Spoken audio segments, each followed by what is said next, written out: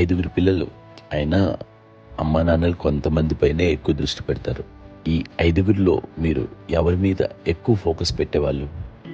కళ్యాణ్ బాబు వాడంటే బాగా అంటే వాడు ఏది తినేవాడు కాదు.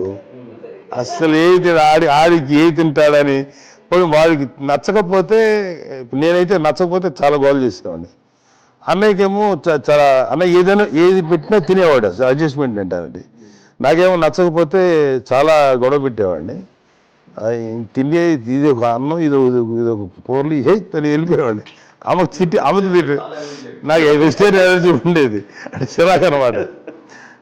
కళ్యాణ్ బాబు ఏంటంటే తనకి ఇష్టమైన ఫుడ్ ఉంటే తింటాడు సైలెంట్గా, బాగలేకపోతే సైలెంట్గా వెళ్ళిపోతాడు.